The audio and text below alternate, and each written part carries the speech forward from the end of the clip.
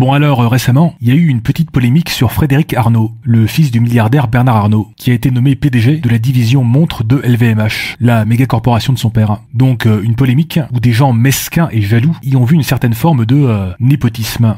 Suite à cela, des centaines de milliardaires Justice Warriors se sont précipités à sa rescousse sur les réseaux sociaux pour arguer que non, c'était uniquement dû à son mérite, à son goût du travail et de l'effort, tout ça. Mais j'ai aussi vu une autre forme de rhétorique, davantage assumée. Oui, il lègue une partie de son entreprise à son fils, et alors ? Genre, un garagiste dans le Nord-Pas-de-Calais qui a bossé dur toute sa vie, il a pas le droit de léguer son entreprise à ses enfants, hein ? Et les petits agriculteurs qui bossent 90 heures par semaine pour même pas gagner le SMIC, ils ont pas le droit de transmettre leur ferme à leurs enfants ? Et c'est pas la première fois que je vois ce genre de rhétorique. Donc je vais lui donner un nom, les arguments de pauvres appliqués aux riches. Un autre exemple, c'est l'ancien patron du MEDEF, Pierre Gattaz, qui, lorsqu'il intervenait dans les médias, sortait le plus petit violon du monde et nous parlait des pauvres petits patrons écrasés par les impôts et par les charges patronales, qui galèrent, qui peinent à s'en sortir, pour au final défendre des mesures d'allègement fiscal qui vont bénéficier aux grands patrons du CAC 40. C'était d'ailleurs son ressort comique dans les guignols de l'info pour les gens vieux comme moi qui ont connu cette émission.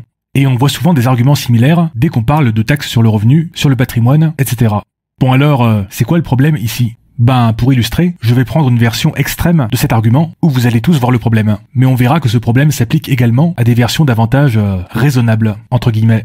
Imaginez que, pour une obscure raison administrative, l'État décide de prélever 5000 € à Bernard Arnault. Et là, des gens viennent dire « Quoi ? Mais c'est dégueulasse ! Moi, j'ai une tante qui est femme de ménage à mi-temps. Imaginez si l'État lui demandait 5000 €, comme ça, du jour au lendemain. » Bon, là, si vous voyez pas le souci avec l'argument, vous pouvez arrêter la vidéo, je n'arriverai sans doute pas à vous convaincre. Ce qui rend l'analogie complètement hors de propos, c'est que d'un côté, si on prélève 5000 € sur le compte personnel de Bernard Arnault, c'est tellement insignifiant pour lui qu'il ne s'en rendra probablement même pas compte. Alors que pour une femme de ménage à mi-temps, elle a peut-être même pas ces 5000 € sur son compte. Et si elle les a, ça représente peut-être la quasi-totalité de ses économies. Et elle pourrait se retrouver dans une situation financière très problématique si on lui prélève cette somme d'un coup. Genre, ne plus pouvoir payer son loyer, ou devoir choisir entre le loyer et une alimentation correcte. Bref, l'analogie est hors de propos parce que, en termes d'impact concret sur la vie de ces deux personnes, ça ne représente pas du tout la même chose pour Bernard Arnault et pour une personne ultra précaire. Pour le premier, l'impact sur sa vie sera insignifiant, alors que pour la seconde, ce sera un choc financier extrêmement dur.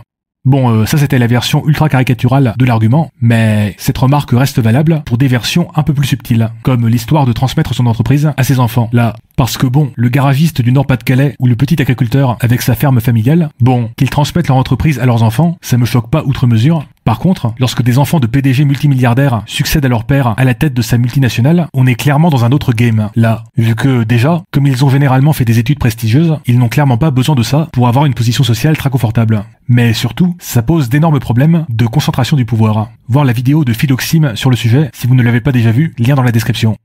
Pareil pour l'histoire des petits patrons écrasés par les charges. À supposer que ce soit le cas, ce n'est clairement pas le cas des grands patrons qui ont une armée de juristes pour gérer tout ça, et ne vont pas être impactés personnellement par ces charges. Ouais, au pire, ils devront attendre quelques mois de plus avant de faire construire leur seconde piscine. Ou encore taxer davantage le patrimoine ou le revenu. Si l'impact peut être très sérieux pour des personnes modestes, il est en revanche négligeable pour des ultra riches, en termes d'impact concret sur leur vie. Bref, si l'application de telles mesures nous choque pour des personnes précaires ou modestes, c'est parce que ça représente un coup dur supplémentaire pour des personnes qui galèrent déjà, ce qui ne sera probablement pas le cas pour des personnes très aisées financièrement. Du coup, non, on ne peut pas transposer le caractère choquant de ces mesures appliquées à des personnes pauvres lorsqu'on les applique à des personnes riches. Alors, que pensez-vous de tout ça ? N'hésitez pas à le dire en commentaire.